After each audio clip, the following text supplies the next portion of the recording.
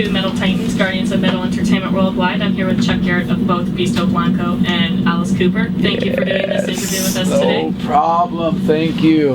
Now, of course, you guys are 3/4 through the tour now. How's it been going for you guys so far? It's good. I mean, you know, it's there's the Alice Cooper diehards out there, year by year by year. It's great. I've been doing this for 14 years with Coop, and you know, there's a certain energy that is always there with Alice and the guys in the band and the girl in the band. We have a real good chemistry, and so it just makes for real successful, consistent nights, which you have to be out here in order to get from town to town. You got to make sure you're consistent and on top of your game. And of course, everybody's real professional. Yeah.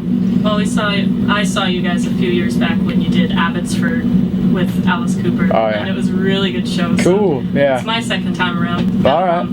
First time for Alice Cooper anyway. Good. Now, of course, with Beasto, Blanco, and Alice Cooper, do you find time hard to manage to do the two? Or do you that's a pretty common question, and at times it can get a bit hectic, but for the most part I've been able to manage it pretty well. I think I just got to find my time to strike, with Beasto and with Alice, and Alice stays busier longer, and Beasto now is starting to rise up a little bit, so we're getting even busier. So I'll have to figure out a way to sort of manage both of those even more as the popularity for Beasto grows. Do you find being in Alice Cooper that you being in more of a limelight with Alice Cooper, it helps promote Beasto, Blanco? I don't think it hurts by any shape of the imagination. I think I'm able to get out there. That's the one thing I feel that we have on our side is my years of being on stage with Alice sort of helps me get the word out. Which sort of, but I will be honest with you, it doesn't necessarily mean that, I'm playing or Beasto's playing in front of, sold out crowds every night either. I mean, we got to go out there and prove ourselves and cut our teeth on, smaller venues and sometimes smaller crowds. And so we got a lot of work to do still, but it definitely doesn't hurt. But do you prefer the smaller crowds over, say, like Alice Cooper definitely has more bigger crowds, but sometimes the personal level of doing the I think it's been great. It's been a great way for Beasto, Blanco to figure out who we are, what we are live, and I'm glad that we were able to sort of find our identity in some of those smaller, more intimate clubs. Absolutely, yeah.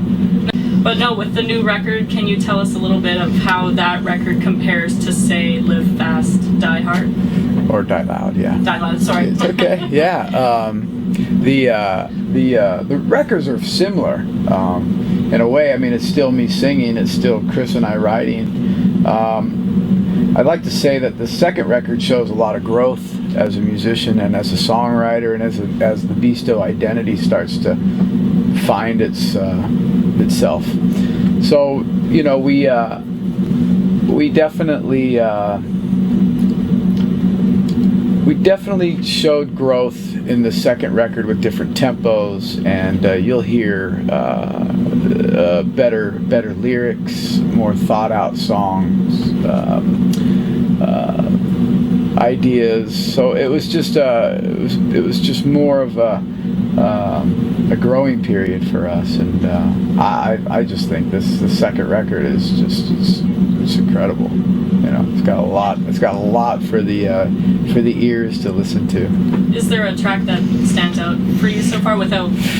I talk about right now with just in general of the twists and turns we put on this album. You'll hear it in the single of Feed My Frankenstein, although it is it's a recorded song and a popular classic rock song by Alice Cooper, but in some people's favorite song.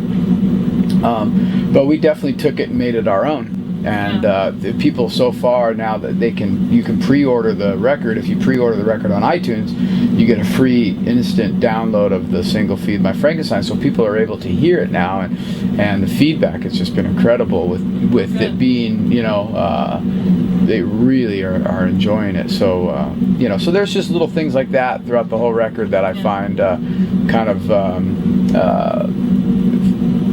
good ear candy. Right. Yeah.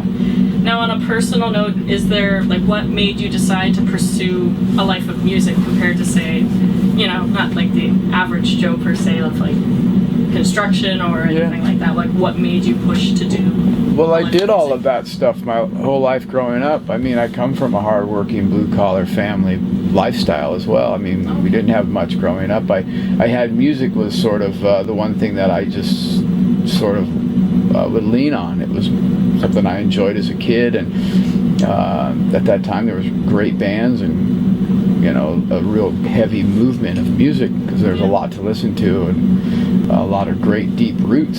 So I was able to just kind of fall in love with music, but I also worked as a carpenter and worked my whole life. I have and I still try to work with my hands and get as busy as I possibly can. I mean, being a rock star or this lifestyle is great, but it can make you a little soft, And with Beasto Blanco, I sort of I embraced that lifestyle where I came from. And that's sort of where the name came from. Beasto Blanco comes from, sort of finding your inner spirit, if you will, and sort of turning fear and summoning fear into courage and self-doubt and getting out there and just trying something new and being able to sort of punch your way through any obstacles that come in your way, because we all have them no matter what they are, whether you're a banker or insurance salesman. I mean, you still got to get up and do your job every day, and the same with me is Beasto Blanco. I see people now with tattoos of our song titles and of our record covers, and showing up at the gigs and at the Alice Cooper gigs. Obviously they're wearing Beasto Blanco shirts, and the fans come to the shows, and I realize now I have a real true responsibility to keep this going for them as well, so because they've been a real big part of the growth of Beasto. I mean, obviously without the support of the fans we would be nowhere. Well, that's cool though that they show support through like you said, tattoos and stuff. Is there a cool tattoo that you've seen? I just saw somebody just posted on Instagram this girl who had the "Live Fast Die Loud" tattooed on her forearm, and it looked really great.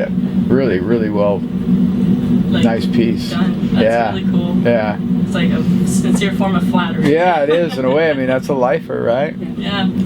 Well, thank you, Chuck, for doing this interview with us today. No problem. Before we finish, is there anything you'd like to say? Well, just obviously thanks for your time, and don't forget to mention the pre-order and where people can get the pre-orders right now.